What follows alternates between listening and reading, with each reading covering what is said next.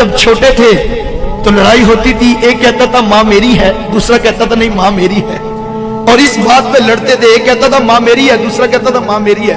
फिर कहते थे चलो माँ से पूछ लें, तो माँ फिर हंस के दोनों को टाल देती थी, क्योंकि उसे पता था कोई वक्त और भी आएगा, तो वो हंस के दोनों को टाल देती थी। एक जमाना था लड़ाई ये थी माँ मेरी है, माँ मेरी है, लेकिन फिर वक्त वो आया जब माँ बूढ़ी हो गई, तो अब लड़ाई इस बात की है कि माँ तेरी है, माँ तेरी है। एक कहता है मैंने पिछला महीना गुजारा, मुझे पता मेरे बेटे कितनी आजमाइश में रहे हैं, मेरे बच्चों की नींद डिस्टर्ब रहती है माँ की खांसी से, मैं नहीं रख सकता, 4 महीने तुम निकालो हर कोई महीना, फिर देखूंगा क्या करना है। आज वही माँ बोझ बनी है जिस माँ के कदमों तले औलाद की जन्नत जुड़ी है। कि कोई नौजवान था तो वो अपनी माँ को यतीम खाने में छोड़ आया। ये आज हमारे यहाँ भी ओल्ड पीपल्स होम बन गए कि जब माँ बाप बूढ़े हुए तो तुम जाके उनको यतीम खानों में जमा करवा दो। ये दिन भी हमने देखने थे।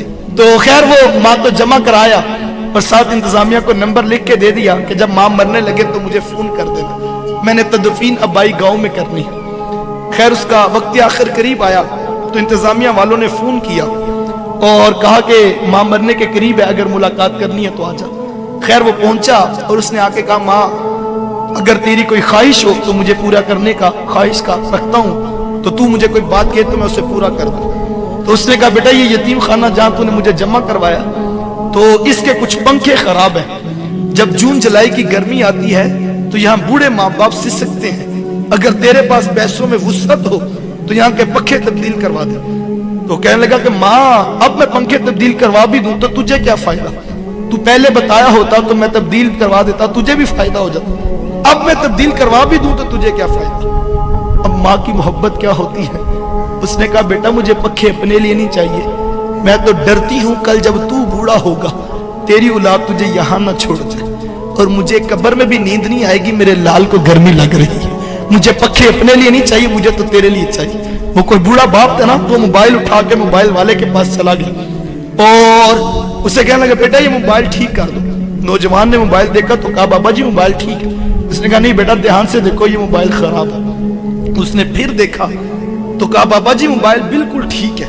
दूसरी मरतबा जब बूढ़े के हाथ में मोबाइल पकड़ाया तो बूढ़े की आंखों में मोटे मोटे आंसू आ गए और उसकी हिचकी बंद गई। उसने कहा बेटा अगर ये मोबाइल ठीक है तो इसके ऊपर मेरे बेटे की कॉल क्यों नहीं आती है, मैं सारा दिन कान से लगा के बैठा रहता हूँ कि मेरा बेटा अभी मुझे कॉल करेगा, मेरा बेटा अभी मुझे कॉल करेगा, लेकिन इसके ऊपर मेरे बेटे की कॉल नहीं आती है।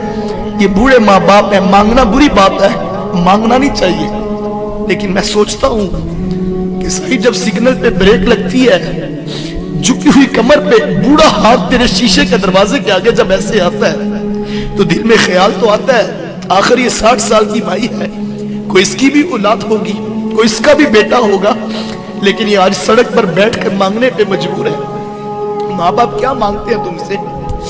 नमाज खत्म होती है तो सारे लोग उठ के घर चले जाते हैं, एक 60 साल का बूढ़ा मस्जिद में बैठा रहता है, उसको उठ के घर नहीं जाता। क्यों? उसको पता मेरी घर में किसको जरूरत है। वो मस्जिद के कारी साहब के पास बैठ के वक्त गुजार लेता है, वो अपने बेटों के पास नहीं जाता। 4 बेटे बैठे हो घर में, किसी बात पे मुशावरत हो रही हो, हर कोई आगे बढ़ के अपने दिल की राय देता है, लेकिन एक बूढ़ा बाप है जो चुप बैठा है, वो नहीं बताता अपने दिल की बात। क्यों? उसे पता मेरी बात की क्या हैसियत और क्या औकात है। जब माँ बाप ये सोचे कि 2 दिन से माँ सोच रही है मेरी दवाई मुकी है और मैं किस बेटे को किस तरह कहूं कि बेटा मेरी दवाई खत्म है और मेरे जोड़ों में दर्द बड़ा बढ़ गया, वो माँ कहती बेटा मैं क्या करूं, मैं मजबूर हूं कि मेरे से चला भी नहीं जाता और मैं लस सोचती हूं कि मैं तुम्हें कैसे कहूं। वो जो बाहर बैठ के 2000 का दोस्तों में डिनर करके आ जाता है, माँ की दवाई की खबर लेने के लिए उसके पास ना वक्त है ना उसके पास सोच है। मैं नौजवानों से कहता हूँ आज तुम्हें बुरा लगता है, तुम कहते हो मैंने ये करना है मैंने वो करना है, तुम्हें माँ बाप का टोकना बुरा लगता है। साहिब एक वक्त आएगा जब घर से 4 पाई उठ जाएगी, वो 4 पाई जो तुझे बड़ी बुरी लगती थी तूने उठा के सेन में रख दी थी। मेरे बच्चों की नींद डिस्टर्ब होती है, एक वक्त आएगा वो 4 पाई जब उठ जाएगी तू घर में चिराग लेके भी ढूंढेगा, मेरी माँ मुझे मिले, मैं मशवरा करूं, मैं बाप से पूछूं मुझे बता जिंदगी कैसे गुजारूं, मैं क्या करूं। उस वक्त तुझे घर खाने को आएगा, लेकिन उस वक्त का पछताना कोई काम नहीं आएगा। अपने माँ बाप की कदर कर लो। बूढ़े माँ बाप रुसवा हो गए और माँ बाप जो है वो धक्के खा के जिंदगियां गुजार रहे हैं, अपने घरों में अजनबी बने बैठे हैं। ये वो दुखड़ा है जिसका हम जो है वो अजाला कर सकते हैं।